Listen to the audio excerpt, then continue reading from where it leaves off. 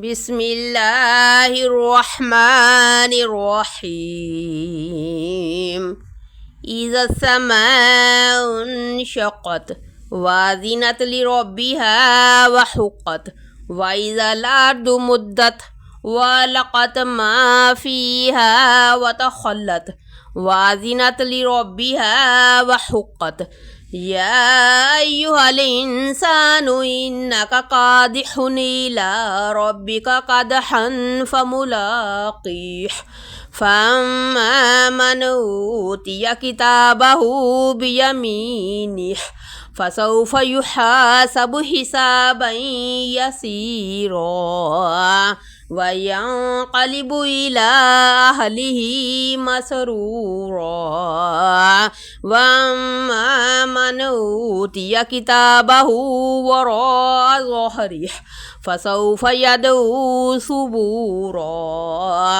ويصلى سعيرا إنه كان في أهله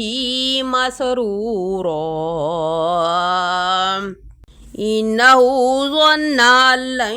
يحور بلى إن ربه كان به بصيرا